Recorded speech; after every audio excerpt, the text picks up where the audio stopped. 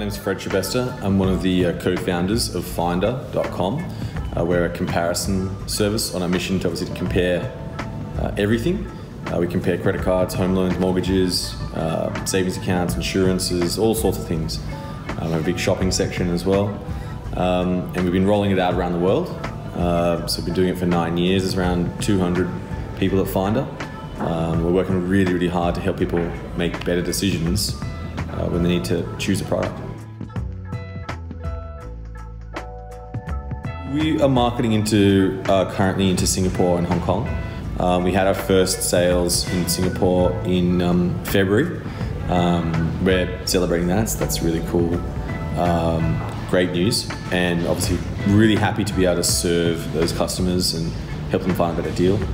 And I think from here, I think there's a lot of opportunity, a lot of expansion into, I think from this conference in particular, from learning about Malaysia, Indonesia, South Korea, Japan, the Philippines, and the kind of markets I think that will work, and maybe others that may not. We're going to change our strategy ever so slightly because of that.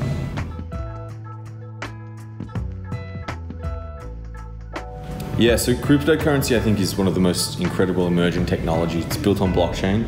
I think it's probably going to be one of the biggest disruptions or biggest changes we're going to see in 2018. A lot of people are obviously worried about it, a lot of people are staying on the sidelines, but this has been going for 9 years now, and we've made an active investment to participate and join in on cryptocurrency.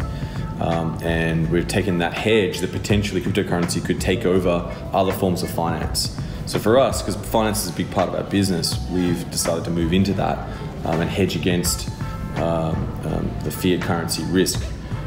The other thing that's happening, which is absolutely fascinating, is that I think this is probably one of the biggest form of financing investment that I guess the younger generations are participating in, because it's fast moving, it's 24/7, it's non-stop, and it fits perfectly with our business model as well, because it's all about content and sentiment. So we've been using a lot of social channels, video, live streams, massive amounts of news all around the world, and it's been sort of the fastest growth niche in Finder that I've ever seen in the last forever. Actually, it's so fast. So South Korea and Japan account probably together about a quarter of the cryptocurrency markets in terms of trading. China has banned cryptocurrency. They used to be about 30%.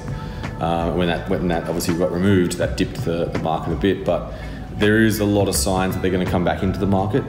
I'd say probably within the US summer, so for sort of maybe June, July of 2018. And I think it's going to add a huge amount of interest and volume into the market again.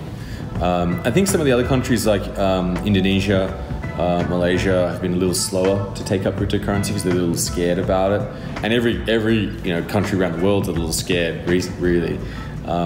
Hong Kong, Singapore, again, much more active. Much more active, because they are very much into investments and there's no capital gains and gains tax in those countries. So that drives a lot of investment speculation. And in general, the government's very pro cryptocurrency and blockchain in particular in Singapore. I think the Philippines obviously is maybe a little behind again as well. Vietnam, I think, might be an area where there'll be a lot of interest because they have a massively inflating currency. So if you get cash in Vietnam, you just tend to spend it or turn it into something that has and retains value.